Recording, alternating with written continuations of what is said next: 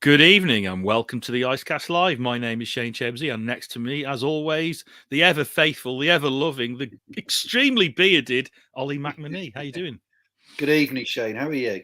I'm very good, mate. That's a good sized cup you got there, or is it just No, because it's the for the camera? perspective. It's a nice Oh, mug. I smashed my favourite Superman mug, and they don't oh, make it anymore. So I found this online, which is a load of classic covers from DC. So I always have a comic themed mug when I'm doing the show, Shane. oh, yeah. Well, I appreciate it, mate. Either a mug or a hat, or you Something know. I do try and make an effort. I must admit, not every and week, but some weeks. and what sort of week have you had, mate? Oh, just getting over COVID. It's not. It's not sort of Mm. like it's lingering more than anything else. So you and our tonight's guests are quite literally the first people I've spoken to face for over All a right. week. Yeah, so I very much Wow. look forward to this. Excellent, excellent. Well, I'm glad you're feeling better. Yeah, Um, yeah, and tonight's guests, we've got more than one. We've got three. yeah.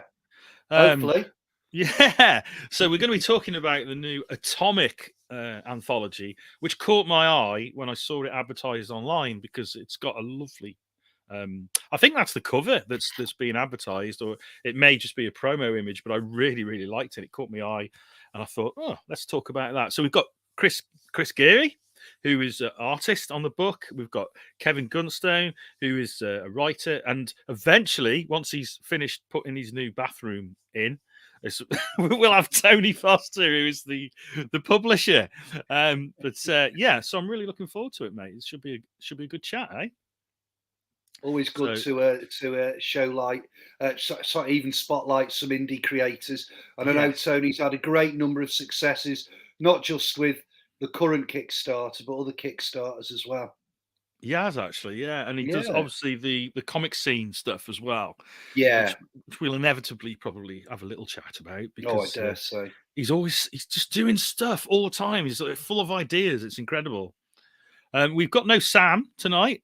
He's off away looking after his family. So it's just me and Ollie and the guests tonight. So please bear with us, guys, while I work out all the tech stuff. And thank you for coming on. And remember, if you want to ask any of the creators any questions, just put it in the chat. And questions that aren't offensive will get read out. So I'm going to run the VT and we'll speak to the guests shortly.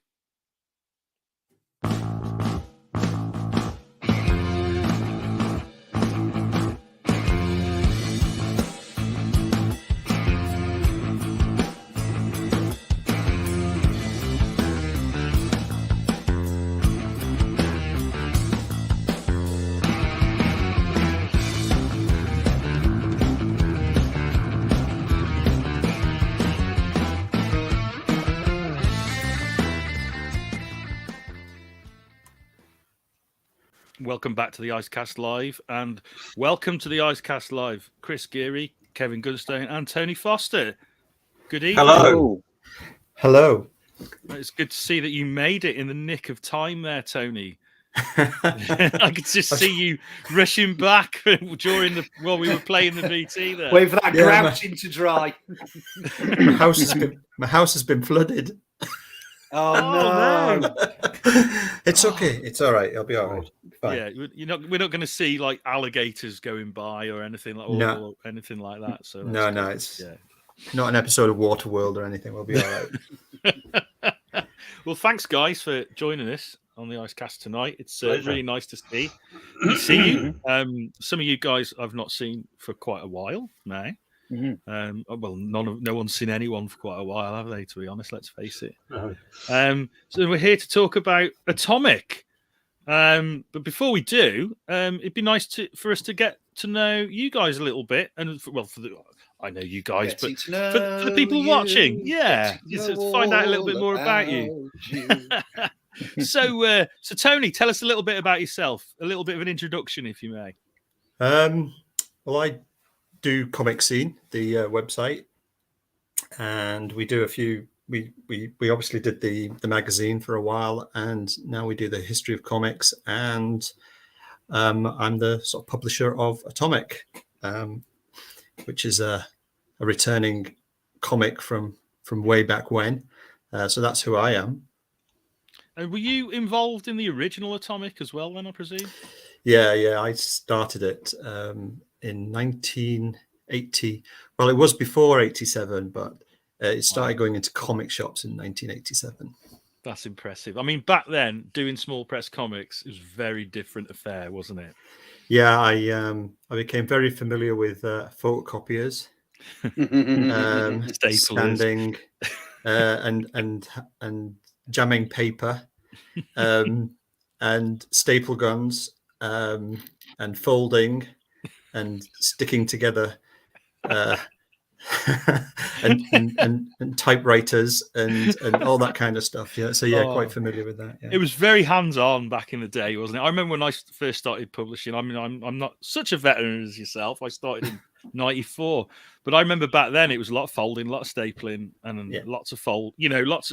I used to have my friends in my parents' dining room on the table, all sort of like in a little factory line, folding and stapling, and there'd always be a few comics that came out with the wrong pagination, you know, all that sort of thing.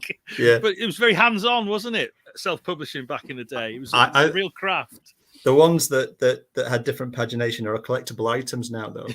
So. They're very useful for lining things, I find. Thanks for that, Tony. And moving on to Chris. Welcome to the Icecast, Chris. Could you give us a little introduction to yourself, please? Name's Chris Geary, writer, artist, colorist, letterer, whatever you need to be done. I'm there. I've been working professionally as a cartoonist for a little over 12 years now. Mainly small press stuff. A few sort of larger projects here and there. My main thing that I got starting was International Aces, which was about the First World War, about pilots of the First World War. And done various things since, and done lots of stuff at Aces Weekly. The latest thing I've done really is this thing with Atomic. Cool. And how did you get involved with Atomic? Were you just called by Tony? Well, actually, it was Kevin, because I've known Kevin for a few years, maybe 5-6 years, I think, something like that. Yeah, something like that. Like we met at Brighton, and we've actually travelled to Birmingham a couple of times, I think, to visit a few ices and related sort of events. So he just asked me what I was doing. I can't remember when it was now, 6 months ago, something like that, maybe a little bit more. And asked, if I had some free time. And weirdly enough, I just started a big project, but it was in the prep work, so I had enough time just to sort of I could sort of do this as a sort of warm up as well. Cool. And Kevin, you've been on the show before, haven't you? With I have. With one of your creations. Gunstone lived down in Brighton. Been writing comics, for on and off for quite a long time. Had some stuff published donkeys years ago by the likes of kind of Marvel and kind of like Image. Took a break, and since then I've done a couple of things for kind of Marcosia. I did a series called Planet of Demons for Amigo Comics, and also we did the Future Primitive kind of like crowdfunder. Didn't get the target first time. Second time round on Indiegogo, we made enough in order to kind of go ahead with it. And we'll finally be putting it together in kind of the next week or so. We've just been waiting to get the some of the art through from the letterer designer, because the pages we had didn't have layers on them. And we've also recolored quite a bit of it, so we needed to kind of swap those out, and we've got a few other things to do, but we'll finally be finishing off in the next few weeks. That's interesting that you said you did better with Indiegogo than you did with Kickstarter. That's usually the other way around. I think. We did better. And because of the fact we went for flexible funding, as long as we got a certain amount, it meant that we could kind of go ahead with it rather than having to kind of reach the target that we wanted to. Of course. Yeah, that can be quite constrictive for some projects, can't it? Having to reach a certain target. Yeah, absolutely. And I think that after kind of the first one, we probably were a bit over ambitious as to how much we wanted to make. So I thought this time, if we go with Indiegogo, and we go flexible funding, then as long as we get a certain amount, then we can kind of do it regardless. So that's part of the reason why we went with them. And so, Tony, What was your sort of inspiration for wanting to go back to do Atomic again? Well, I was playing around with, before I started Comic Scene magazine, I did a script on one of the strips that appeared in Atomic, which was Captain Scotland. So it was this kind of rip-off of Captain Britain at the time. And I think it was something like 30 years after Atomic had finished. And I wrote the short story, and some people did some illustrations for it, and it got, and I just put it out as a news story to a lot of media outlets, and they all picked it up. So there was this, Captain Scotland returns, blah blah blah, and it was on STV, and it was on, which is the sort of broadcaster up here in Scotland, and it was in the Scotsman and all the kind of newspapers. And I thought, well, that's pretty easy, that's a bit strange, and that people are really into this kind of stuff, and I was just looking back at the previous issues, and I kind of worked out that this year is 35 years since we launched Atomic into the comic shops. Yeah. And it was 30 years since it ended, or certainly ended on my run. There's a story behind that, but okay. We like stories. Yeah, so it was.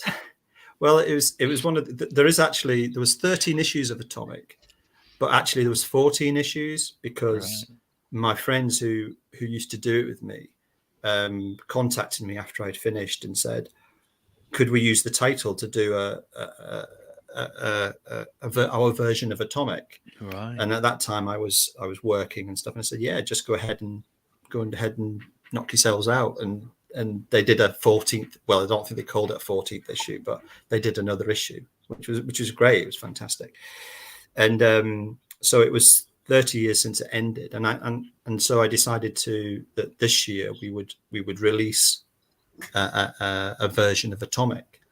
And I'd been collecting some artwork from people like Kevin and Chris for some Saturday comics, which was going to be a sort of box of titles, sort of 10 in total, that we would put on Kickstarter, which would be very thematic in the way that they were produced. So that, it'd be a war comic, and there would be a romance comic, and there'd be a and I think Kevin supplied the story, which was for a story called Falcon, which was kind of like a sort of adventure comic, a bit like Eagle kind of thing. Right, yeah. And for one reason and another, that's something that I am going to do, but not this year, just because of some family issues. So I had all this material, and I thought, well, how can I use this? And well, I'm planning to do an issue of Atomic. And I thought, well, I could just preview this line of comics with the material that we've put together here. And so it's very eclectic. There's all different stories in there. And it fitted the mold of what Atomic used to be, which was quite, indie style adventurous stories. So that's why I decided to go with this one. Yeah, I wanted to ask actually, because the title suggests sci-fi, but from what you're saying, there's numerous genres inside. Yeah, I mean, Atomic never really was a thematic zine. It had all sorts of stories in it. It had superhero stories in it, which were really rubbish, but they were,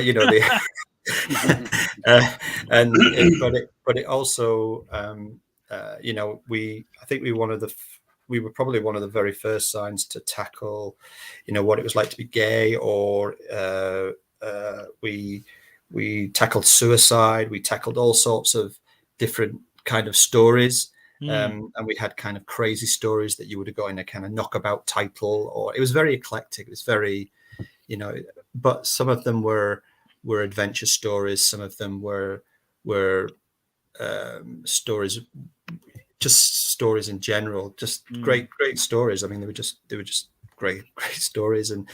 And that's what I wanted for Atomic, was just to touch on different genres rather than have one specific thing like war or superheroes or whatever it was. So yeah, I guess Atomic is I mean, it was called Atomic because we were all into, I think, Miracle Man or something like that. We were all reading for it. We were all into Miracle Man. We all were, weren't we? Back then, it was Komodo the right way round.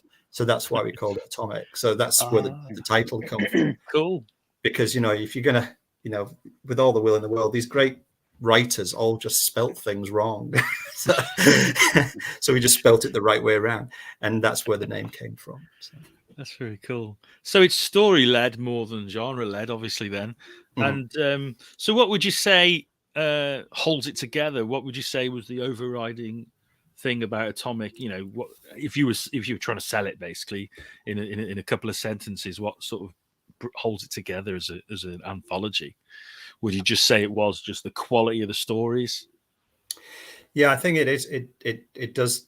I mean, every story that we chose from the strips that we got were really high quality stories, and they weren't necessarily all in color. Some were in black and white. Some were a bit like the story that Kevin and Chris put together, and so I would say pretty much quality stories in an anthology format. I mean, we did do the Comic Scene Annual, and again, that was using different. That was using characters that people had already created to put together in an annual format. I think that was about 2 years ago. Yeah, and it was hardback, and it was an annual, and it's just one of those things that I suppose. Was it an indulgence? Let's be honest, Tony. Yeah, it was a bit of an indulgence. I wanted a hardback annual. Yeah, I wanted to do a hard. Well, yeah, I mean, I did a softback annual, which again was when we were messing around with the Atomic stuff, and that started out as a sort of 96-page book, and it changed into a 320-page book by the time I'd finished. So the reason I did the annual was actually I wanted to do an annual. I wanted to do a 96-page annual, the proper hardback annual, and hardback annual, and I kind of indulged that because I did another 20 pages, and that pushed the cost of the postage up, which cost me a couple of grand. So we lost a lot of money on it. But it was just a bit of fun. But the stories, again, it was a very story led, very character led. I think it was a pretty good annual, really. Some great stories, some great creators, and it was just. And I just wanted to do something very similar, but a little bit cheaper for people. Yeah. Because I think people who are into this kind of stuff, some of us are getting on, some of us are maybe younger. But the annual was something like 25 quid because that's how much it was going to cost to produce. And I just wanted to do something that was similar, but would only cost you 7 quid, or if you decided to go for any of the other Kickstarter things, at least 25 quid to buy. So that's kind of what we did. I think you find, don't you, that a lot of people now who are backing on Kickstarter or other crowdfunders, they don't seem to mind paying a little bit extra for a sort of artisan product, that's had that little bit of extra love given to its production. Yeah, would you say that was right, Ollie? I think it is quality over quantity nowadays, isn't it? We've picked up on this a number of times as a theme in our conversations, both with sort of like people who work for DC and Marvel, and on the other end of the spectrum. And I think certainly the pandemic has caused all sorts of people, from a creator's point of view and a fan's point of view, to really consider what they're paying for, what they're buying.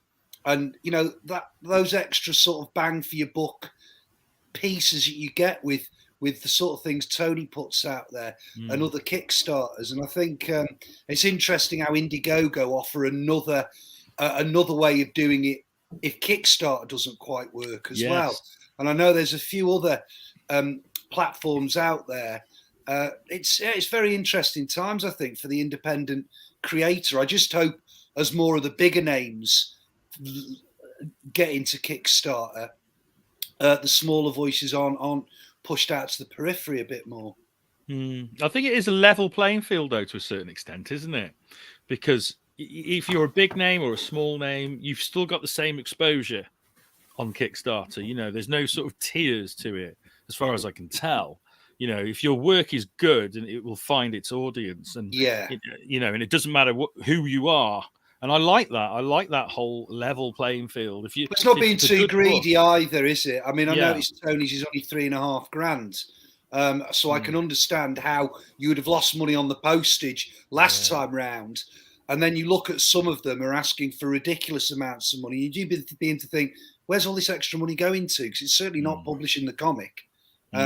So that worries me. But I think, on things like yours, Tony, and other ones we've talked about, Steve Tanner's another good one. I notice you've got Rich Carrington's Mahoney's featured. There's a lot of understanding from the British indie press, knowing their audience a lot better. Yeah, and with this one, it was really interesting because it's $3,500, and it's quite a challenge really to even make that. I can imagine. But what I didn't want to do was put in a book plate, or get signed work done. I wanted to try and sell the comic with a comic. So I think you can get a reward which gives you the Best of Indies comic that we did, the Scottish special, which we did for Scottish. That was really nice, by the way. The design on those covers for those specials. Yeah, it's done by Flops Comic, and he's really good, and he's putting it all together for us, and it's really exciting. We've got quite a good mechanism working between the two of us, and he also does the History of Comics covers. And but I wanted to sell comics. I didn't want to, you can get the prints done and they cost you next to nothing, but you can see that sometimes people put then, it costs 20 quid more to have the print and the comic. And I was just going, do you know what? I really want to try and just sell a comic. And, all I need's 200 people to buy it, maybe buy the two versions, that and the... Sounds easy, doesn't it? Just need 200 people to buy it. Yeah. But I didn't want to do all the kind of the rest of the things that you would bump up the price, would make you make your money. I just wanted to do the comic. And it's going to be an interesting experiment. It might not work, but I just wanted to do that. Well, it seems to be doing okay at the moment. I mean, we can just have a quick look, actually, because we have got a link to it. So this is where you're at the moment. I mean, early days, but it already seems to be doing pretty well. So you've got 58 backers. So if you need 200, you're not that far away. But let's have a look. Who's controlling this? Is it? It's me. Do you want me to sort of play the video? I don't know if it'll work. Let's have a go. Let's see if it'll play with the sounds. Yeah. I do like that cover. And can you hear the sound going through? No. Well, we won't play. I can hear it very loudly. I love that. I mean, you mentioned the design, Tony. That's such a strong, professional-looking piece of design there. That atomic really stands out, doesn't it? Yeah. It's cool, and I love the sort of the 3D effect. It's very sort of retro, isn't it? And the colouring and all that sort of stuff. I really like all that. It's really cool. And we've got maybe Tony can talk us through the sort of through the different what we're looking at strips. So we've got the Negotiator there by Diego Guerra. Yeah, and I loved when I got this through, because we put out call out to people, and I got this through, and it was a bit like, is it Kevin Maguire who did Justice League? Yeah, there's a little bit of that in the faces. You can see that with a touch of, I know this sounds really weird, but a touch of Mobius with the background kind of, intricate kind of ways that he draws. But his use of color in his panels is quite sublime. So Diego's work is fantastic, and there's a lot of detail on those uniforms, isn't there? Yeah, it is. Yeah, nice. But he captures people's faces really, really well. Well, that was the thing with Kevin Maguire, wasn't it? His facial expressions are excellent on that. That Justice League stuff. Jeff Darrow, that's what it reminds me of when I look at Jeff Darrow. definitely round the gun and the little bits and bobs, like you say, on the uniform. Imagine drawing that panel after panel, rather him than me. So Peter Goldstone's done a lot of our big features in the history comics, the history things that we do, and he's taken to doing some picture strips as well, and he matches up with other artists. He did one for the annual, and he does 2 stories in this version of Atomic, and this would fit in nicely with our sort of horror comic, and it's drawn by Rebecca Elise, and it's black and white, and she has some really interesting panels in the way that she does the pages. They kind of, it's not like your traditional strip. It seems to come out of the page a little bit. So yeah, it's a really nice black and white strip. From Peter. I like the monster in that panel. That panel alone. Yeah. Yeah, you look at that panel and you think that looks like an action-packed strip. I quite like the look of that. I might. I want to see a bit more. That's really nice. Yeah. Now, you also have sort of relatively established indie titles involved as well. I mentioned Richard Carrington's Mahoney's. I see you've got a strip in there with one of his characters, Night Cow. Yeah, and I really like Mahoney's. It's a really funny strip, and but I love this strip because it really just is a beat 'em up. And if usually you don't see superheroes in British comics. True. Particularly in anthology, but I quite like superheroes, and I don't think any Brit comic should not have them. But I didn't want to go back to doing Captain Scotland again. I think it was a bit kind of that's been there, done that. So the one superheroes that I could think of was Mahoney's. So I asked Richard if he would submit something, and but I love this strip because it really is just 5 pages of 2 guys beating each other up, and you love it. And at the end, it's great at the end as well. I mean, it's got that kind of Mahoney's humor. So looks great. It's really nice. And like you say, we've already just touched on 3 different strips, and they're all very different. Like you said, it's story driven. Here we've got what's clearly sort of some kind of war comic, Back from the Beyond. Yeah, so I can't pronounce his second name. This is going to be terrible, isn't it? Christoph Ridge and it's a hard one, isn't it? Yeah, there's no vowel after the R. That's unusual, isn't it? We should have had him on. He could have introduced put us right. Yeah. And so we were looking at Ballistic is our kind of war comic. It's if you're going to do a series of UK comics, you've got to have war in it. And I was really interested in Pat Mills and Dundee's great War Dundee comic, and I wanted to do something very similar to that. Right.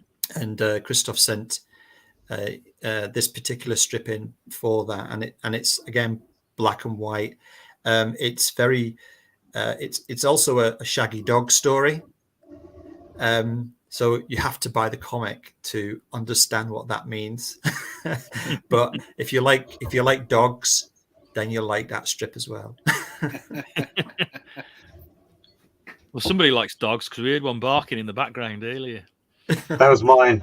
Is that yours, Kevin? Yeah, that was mine. Yeah. She's been fairly occasionally animals like to join the show. Absolutely. She just looks at me as saying, "Why are you talking to a screen?" Well, here we have 1,000. I've fast forwarded to 1,000. Wow, that looks good. That looks excellent. Wow. Yeah, that looks fantastic, doesn't it? So this is why we've actually got. This is where Kevin Chris can jump in and get a bit of the limelight, surely. Let's swap round and we'll go to the to that screen actually, because we've got a few sort of tantalising pages, haven't we? Yeah, we've got some pages. You are now in control, Kevin. Okay, well, thank you very much. Well, our story is called "The Thousand Suns," as you can see, and it's I suppose it's. I don't know if you can call it Victorian sci-fi. I suppose in a way it is. It's it's an 8-page self-contained story. But British archaeologist who discovers this flying Vimana from kind of Indian myth in a cave in India at the Temple of Brahma, and who then takes it back to London to present to Queen Victoria. And yeah, and he takes on a trip around kind of London, kind of in, and then has this ending which I can't really talk about because it will give it all away. Give it all away. But it was a lot of fun to write. It was written with my tongue planted firmly in my cheek, and I hope people find it interesting, find it amusing, and see what they think. No, it looks really good. It's just disappeared from the screen again because I don't know what I'm doing. This always happens when Sam's off. Right. Come on, screen. Where did the idea come from, Kevin? Because 1881 is like you say, it's Victorian era. A queen famous for never having gone to India, even though she ruled over it. Yeah. What fascinated you about this classic era? I suppose early science fiction classics as well. Yeah, well, actually, the whole idea, or I was thinking about it earlier because I thought I'd probably be asked about this. And I'm glad I helped. Thank you. No, quite a while ago, several years ago, I remember kind of just reading kind of reports, in some of the more esoteric kind of websites, and there were a few YouTube videos about it, about kind of the US Army when they were in Afghanistan finding a Vimana in a cave. And they said, oh, it was like a time machine, it was this, or it was kind of like that. And I thought, well, it's a really interesting idea. And I thought that kind of rather than writing it actually kind of like in the present day, I thought, what if an archaeologist discovered it in the Victorian era and then kind of took it back to London, or kind of like something like that, or kind of they used it to manufacture a load of them for the British Empire, or that kind of thing. So that was where the idea first came along. I mean, I could have done a much longer version of it, I suppose, if I wanted to, but ultimately it would have had pretty much kind of like the same ending, because it was one of those ideas that when I got the idea for it, I knew what the ending was going to be, and I very rarely get ideas for kind of short stories because most of the time I just kind of blow them up to hundreds of pages. So it was nice to do something quite short for kind of like a change, where it was all kind of done and dusted in 8 pages. Yeah, 8 pages. It's a nice. It's sometimes having that limitation is a good thing, isn't it? It sort of forces it's you a challenge. Absolutely. Things about shortcuts, all that kind of thing. Whereas for me, I could easily made it a load more. It'd probably been a bit darker, probably wouldn't have been kind of quite as amusing. And so, I just had a lot of fun kind of writing it, especially kind of the dialogue. Because I say the central character was very obsequious, a complete crawler. And kind of when I was writing the dialogue, I don't know if you remember one of the Monty Python sketches from when it was Oscar Wilde, and they were all kind of lauding like King Edward or whoever kind of like it was, saying about how wonderful His Majesty was and all that kind of thing. And it was the dialogue was very much kind of inspired by that. Right. Do you know, I don't. I'll be honest. I don't remember that specific sketch. Right. I'm a Python fan as well, but I don't. I imagine it's I'm a Python nut. Yeah, every kind of 5 or 6 years, I watch all the Pythons kind of back to back over kind of over a month or two, sort of thing. But yeah, that one was very much kind of like in my mind when I was kind of like writing it. Yeah. Cool. And I know sorry. Go on. Sorry, go ahead. Yeah, I mean, Kevin sent the script to me for this, and then he said he was going to go to. Chris started to draw it, and I got this, and actually, it was this particular strip that made me think, oh, actually, this would be really good to use as a focus for an issue of Atomic, because it's very similar to the strips that we had way back when. And we had, at that time, we had people like, Gary Marshall, who went on to do Roy of the Rovers, and we had John Erasmus, who did Accident Man, and Simon Fraser, who did Nikolai Dante. And that's kind of, when I saw this, I was like, hey, this is a really good, strong adventure stroke humor strip that would have fitted in really well with Atomic way back when, and it really is a nice focal piece for this particular edition. I have to say, I absolutely adore the artwork. I thought Chris did a fantastic job on the art. Yeah, it's totally. gorgeous. I mean, the placement of the blacks on there, the design of the page, and it's just and the lines. The lines are so sensitive. It's really lovely stuff, Chris. I have to say. Thank you. What did you draw from? What were your influences when you decided to sort of go ahead with this strip? It's I don't know, everything basically. It's one of those weird things. Like I think when Kevin first talked about the project or sent me the outline, I thought of like mainly trying to do it in a very Victorian way, like a woodcut sort of way. And then I thought that wouldn't really work. And then reading it, it was because it was quite a funny read, and I thought, would it actually work as an out and out comedy, like very exaggerated body language and things like that? And then that I didn't think worked either. Then I thought it might work as a straight EC sort of like story as well, like very much using the sort of fonts and page layouts and things like that. And that's how I originally started it, was to make it look like an EC comic. And then for some reason this happened. And then and like I don't know, it's just like, I mean, I sort of experimenting recently in trying to merge sort of Gene Colan and Mike Mignola together to sort of see what comes up with something. I was thinking, there is a little bit of old Mignola in there when he, before he got very graphic and sort of when he was a little bit more illustrative. It reminded me a little bit of that older style. Yeah, I mean, my favourite period of his is the sort of like Iron Wolf, Gotham by Gaslight, that sort of area. Yeah. It's and it was just, and then it wasn't until I'd sort of nearly finished it that I thought it might work better in actually a sepia sort of colouring as well. Yeah. So that came after the strip was finished, then, Chris.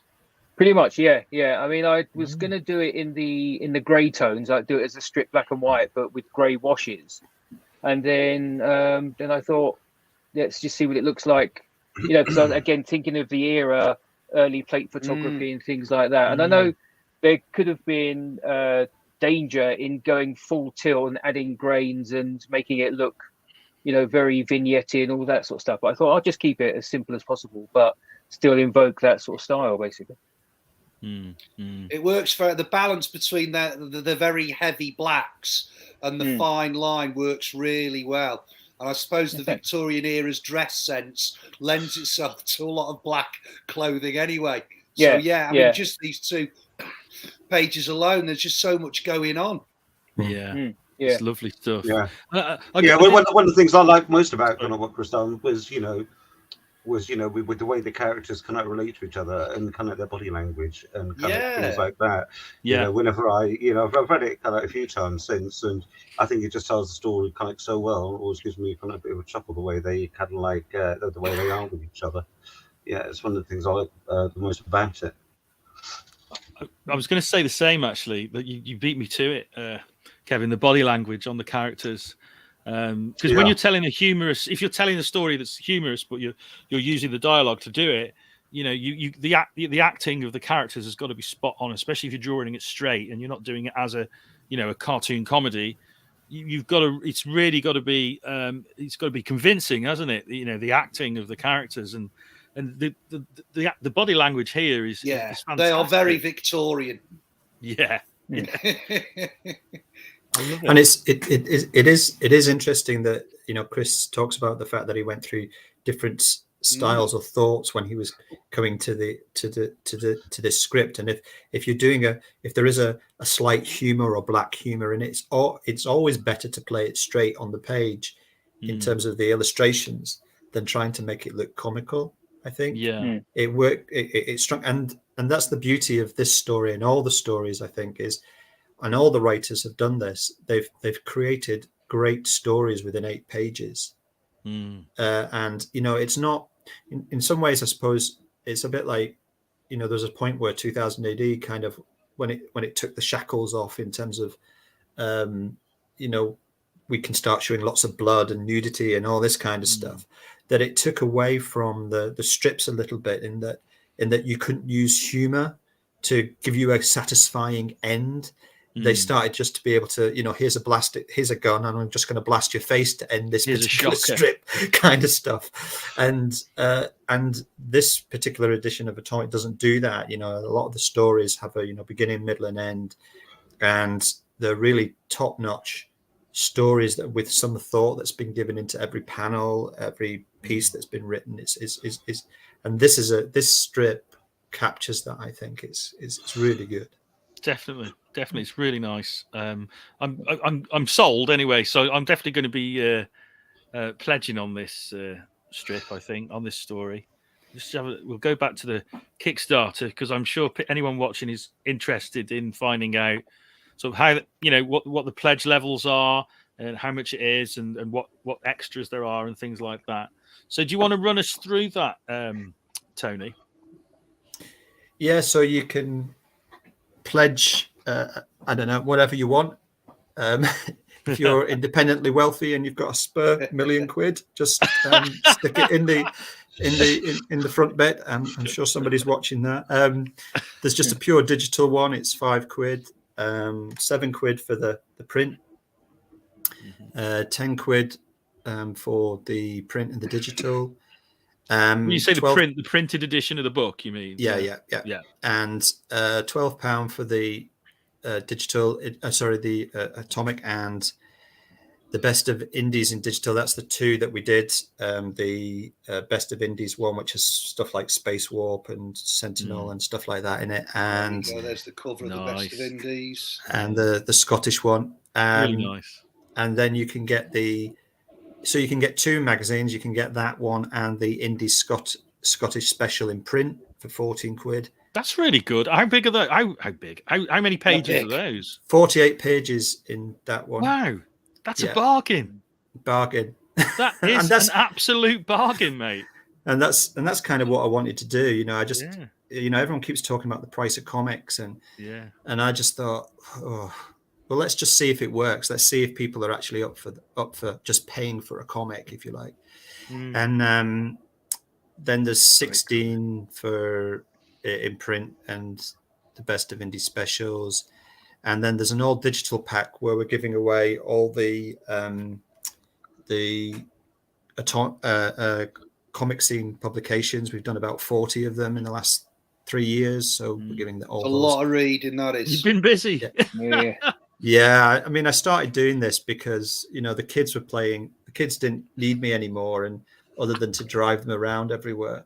So I just started to put together the Comic Scene magazine in my car with my mobile phone while I was Ollie will like this, while my son was playing football for thinking he was Mo Salah on the football pitch. And while I was waiting for him, I just started to put together the magazine on my mobile phone, getting in touch with people and stuff.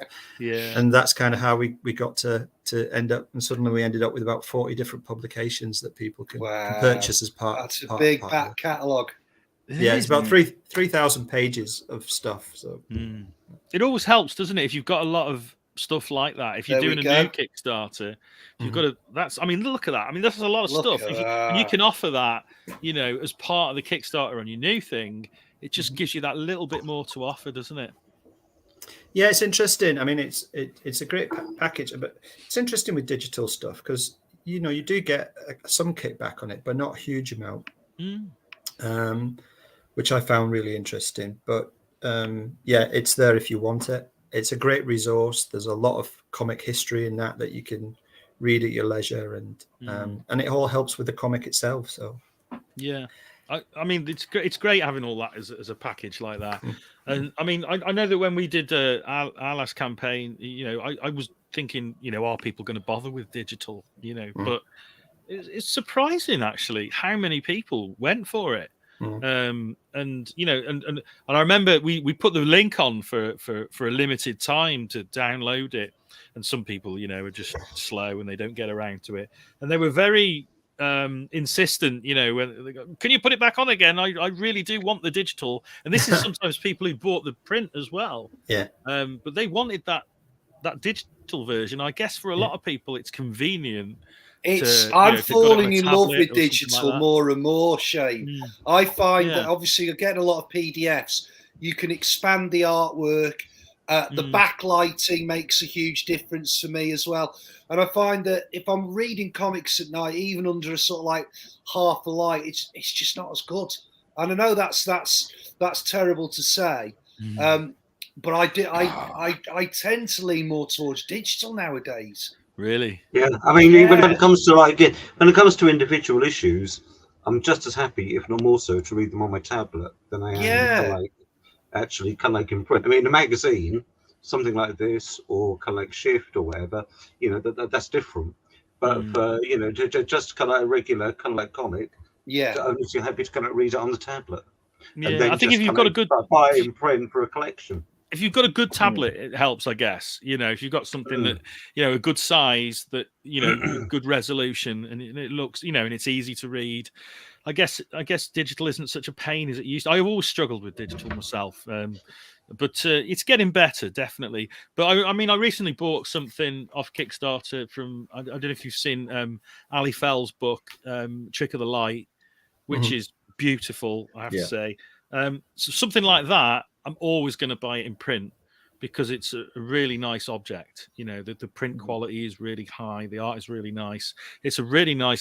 There's a tactile sort of element. You can't have a digital, you know? Comic signed, can you? When you're in a convention, there is that. That's the other thing as well. Yeah. Although that'll change one day, I'm sure. You know, there'll be a you can digitally sign Apple stuff, Pencil. Yeah. It's just not going to be the same. Try flipping that on eBay. Yeah. The great thing about the great thing about digital, I think, when you're getting because I'm not a digital person, I got Ali Fell's book, which is just fantastic. It's lovely artwork and things like that. Is that there comes you get to that age where you have to zoom in. It is an age thing. I'm aware of that. Yeah, and you don't have to have a thing to look through to read. I mean, it's like when they do a Treasury of British Comics and it's slightly smaller than the way that it came, and you can't actually read the speech balloons. So it's quite good. It's quite good for that. And also, if you're a collector, you get to that age where you're not got any space anymore. so having it on your iPad, but also, I mean, in terms of Kickstarter, it saves you on the postage, and the postage is ridiculous. Yes, it's just crazy. It's only going up and up, isn't it? I suspect. Yeah. I mean, especially overseas now. I mean, we found a solution where we can sort of bulk ship and cut the overseas cost, but the individual cost of sending a comic to like America now is somewhere in the region of about 15 quid or something daft like that. I mean, it's not viable. So for the guys overseas, a digital option sometimes is the only option. We found that last time with our history of comics is that we get a lot of people from the States buying it, and the last time they were buying it in digital more than in print. Makes sense, because it's like 25 quid to send it, because that's it's a large item, isn't it? And then in Europe now, there's this whole confusion about how much it costs you more to post, and then they're having to pay that at that end as well, depending on VAT how it's done. thing. It's just crazy, absolutely crazy. I mean, they're just killing it, aren't they? They're absolutely. Well, I know Geezer done by Philip Bond at the moment. I know that they've come because Phil's over in America and Will's over in Britain. They decided to split the print, so any sold to America, Phil will get printed over there. And I think Will was even talking about even having a different cover for the British version. So I like that idea, although I know it requires having one of the creators living on the other side of the pond. Which doesn't quite work for something like this, Tony. Yeah, I need to get another house. Get one American. Just get one American. Get someone in America, someone in Australia, someone in Europe. There you go. They seem to be the most sort of popular destinations for most Kickstarters, don't they? We've had some comments, actually, all from the same person, but I'll read them out. So Marshall Lewis, I don't know if you guys know Marshall Lewis. He says, Hello, walks Victor. in, sits down, watches, smiles watching. There you go. Thanks for that, Marshall. First time visitor, but there you go. So we're sort of getting towards the end of the show, but I just wanted to ask, are there plans for Atomic to continue as a series, or is this just a one-off anthology? I suppose it depends how it goes. I mean, I'd like to do it quarterly, maybe, but it's about volume of, getting the quality of strips, and any plans that we have to do with the Saturday comics. As I said, there's just a few things that have happened over the last sort of 6 months that mean I've got to take a sort of backseat a little bit on the amount of projects that I was thinking of doing. So doing a one-off like this is perfect. Really, it just it's a bit of fun for the reader and for ourselves as well. It's what it's like doing a Kickstarter. You're throwing it down people's throats, and you feel really bad for doing that, but and that takes time as well. So it's a big job, isn't it, running a Kickstarter? Yeah. I mean, anyone watching, has never done it, there are points in time during the campaign where you're pretty much doing it as a full-time job. And if you're doing a full-time job as well, you can imagine, the time and the stress. Yeah, it's a lot more stressful than it appears. I would. You're there at 3 o'clock in the morning. Just take I'll put that on timer and send that'll go out at 8 o'clock or something. And so, but it would be lovely to do it. But I think it really the Kickstarter has to do quite well, because these things, I think, also going, your first one sells a lot, and then it'll trail off usually as well on these kind of titles. So it's just, but it'd be lovely to do more. It's interesting you say that, actually, because I talk to a lot of people who do serial stuff on Kickstarter. They do every issue as a Kickstart, and a lot of guys say to me that it actually gets easier and you can build it because you've always got the previous issues to sell. So with issue 1, that's your sort of hump to get over, because you're building your audience. But then once you start building that and you get some momentum, with the second issue, you can also sell the first issue and so on and so on. So is that an experience that you've not encountered? Is it different for you? Have you not found that? I've never really done a serial, so I don't know, and I don't tend to go to comic marts where I think you can sell lots as well. I mean, on the History of Comics, obviously we sold the first set with the second set, and that went reasonably well. And I guess at some point that series will reach, we'll have 20 issues out, and it will be in people's psyche. Oh my God, this series of titles where, you're looking at one year in comics, and you can build that up. So it may work. But I've never really done it with a comic series, so I wouldn't really know. It's just it's might be worth thinking on, because I've found that with a lot of people I've spoke to, that they have built momentum with a series through Kickstarter. But it's interesting what you say as well about after sales. Obviously Kickstarter isn't great for that. But with the cons not being run in the last couple of years, it's been difficult to get those after sales when you've had a successful Kickstarter. But I think that now that cons are coming back, I think there are some opportunities to get those after sales, and there are lots of other areas where you can sell the books as well, like Amazon and retailers even. I mean, do you have much luck with retailers, Tony, on the stuff that you do? Well, Comic Scene magazine we sold in WH Smith, and we also sold it in the States as well. So that was fairly successful. But I find that you don't sell as many as you think you will. through. I mean, the footfall in the high street is very low. So we were being pushed at the time to build up subscribers, and we were also just about to do a contract in the States, I think, and then COVID hit, so that completely killed that. So that's why that and it was COVID that eventually made that magazine fold in terms of numbers, because it was just you weren't selling any. There wasn't the footfall, but there wasn't the footfall anyway, really, in WH Smith or anything to make it huge numbers that you would probably hope for. So sometimes Kickstarter is actually better, because you can regulate how many you print, how many you distribute. You know, if you do 1,000, that's it, and you get you build your budget around that. So and you're not left with a room full of boxes. And the worst thing is when you give it to WH Smith, they don't send them back; they junk them. Really? Yeah. So unless you pay a lot of money to get return them back, fee, and you're just always constantly chipping away at your profit margin to the point where you're just doing it for nothing. So and there's no fun in that, is there? No.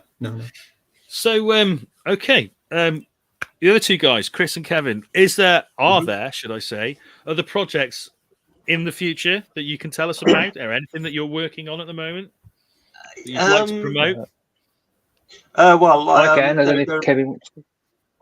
I was going to say, feel free to go first, Chris. Okay. Yeah, I don't want to take up all the time. I've basically I'm running a strip in Shift at the moment. Issue 10, which is just about to come out, that ends that particular story. So if you've not got it already, please go and buy it, and then buy back issues. I think it will be collected at some point later in the year as well, maybe in time for Thought Bubble. Not entirely sure. We'll have maybe a few extra pages that haven't appeared in Shift. Maybe Cool. not. And then also currently doing a second issue of Robin Hood, which I did last year, and that was done as a Kickstarter last year. Well, actually, a year and a half ago now, I think. And so just chipping away at issue 2, and that we've actually sold a few I actually sold a few at Thought Bubble in November. So I actually had a few extra printed past the Kickstarter, and also we split the print between England and America as well, going back to the earlier conversation. But we used a printer that has got a base in both countries, so it took a while to set up. Chris? But as far as I'm aware, it did, but it took a while to get the logistics going. Basically, it's just one of those things of just finding a distribution network over here, because the person who ran the Kickstarter is actually based in America. But we used a printer that has got bases here and there, and then we used people from Comic Toolbox or Get My Comics, and now distributing it. So issue 2 onwards will be a lot quicker in terms of being out there. Because some people, I didn't even get my copy until the day before Thought Bubble last year, and it went to print the previous December. So that's how long it took for me to actually get it over.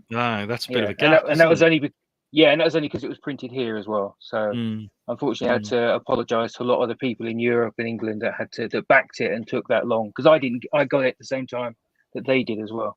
But then hopefully going forward, it's set up. So there's that. And weirdly enough, I got another Robin Hood story, which is actually based on the 1980s TV show. Oh, right, cool. Somebody's Robin doing Sherwood. an annual for that. Yeah. So I've just done that, like a 18-page story. Cool. So that should be out soon as well, actually. So look for Robin Hood Annual 1987. Cool. I loved that show so much, when I was a kid. I really did. It was good fun. Before we go on to you, Kev, I've just got a little comment to read out from Ed Doyle. Hi, Ed. I think we all know Ed, don't we? Best of luck, Tony, with Atomic and Saturday Comics. You're always there to promote indie titles, which is great to see. Thank you, Ed. So, Kevin, what have you got coming out, mate?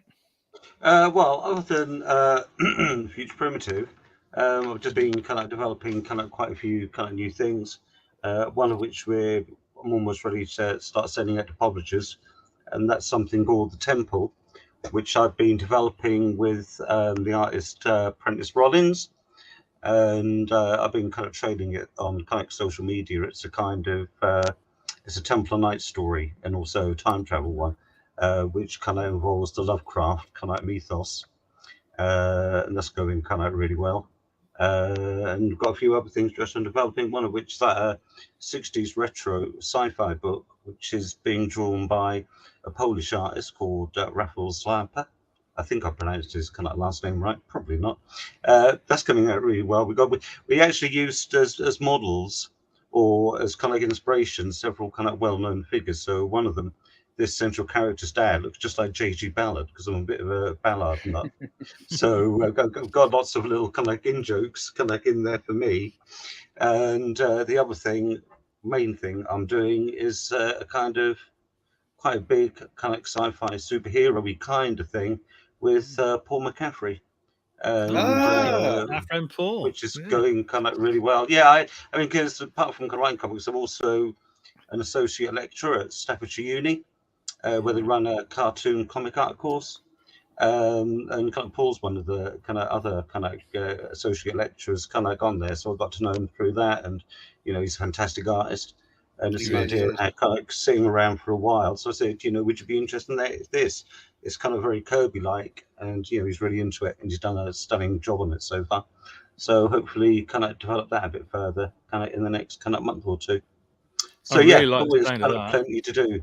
Yeah, no, it's kind of good. It's kind of, as a change for me, it's actually set in the present day, and the basic idea is that the Babylonian gods or characters from that kind of era return to Earth in the present day. So, and it's just really kind of like big and kind of quite Kirby-like. So yeah, it's a lot of fun to develop. Sounds cool. I mean, we might have to get you back on the show to with Paul to have a look at that when it's a little bit more. Yeah. Paul's a stunning artist, and Paul's also doing the second variant cover for Future Primitive as well. So that's all cool. Excellent. Well, thank you guys. We've hit the hour, which always seems to come around quicker than I expect it to. Thank you so much for coming on to the show. I really do appreciate your time. All the best with Atomic. Thank you. All the best with the flood, Tony. Yeah. Yeah. That must be at the back of your head for the last hour, I suspect. Yeah. I was mopping up like literally 2 minutes before I came on. Oh, yeah. I feel for you, man. When I moved into the house I'm in now, there was a flood like about 2 days after I moved in the kitchen, and it's stressful enough moving house. Yeah. then you have a flood that destroys your kitchen. So I do feel for you. I'll have to do a comic about it. That's what. There you go. That's the solution to all hardship in life. Just do a comic about it. Yeah. It works. It works. Tony and the Flood. That'd be fine. Like, that's got a ring to it, actually. I like that. Of course, everyone's going to think it's some sort of Noah thing, aren't they? Yeah.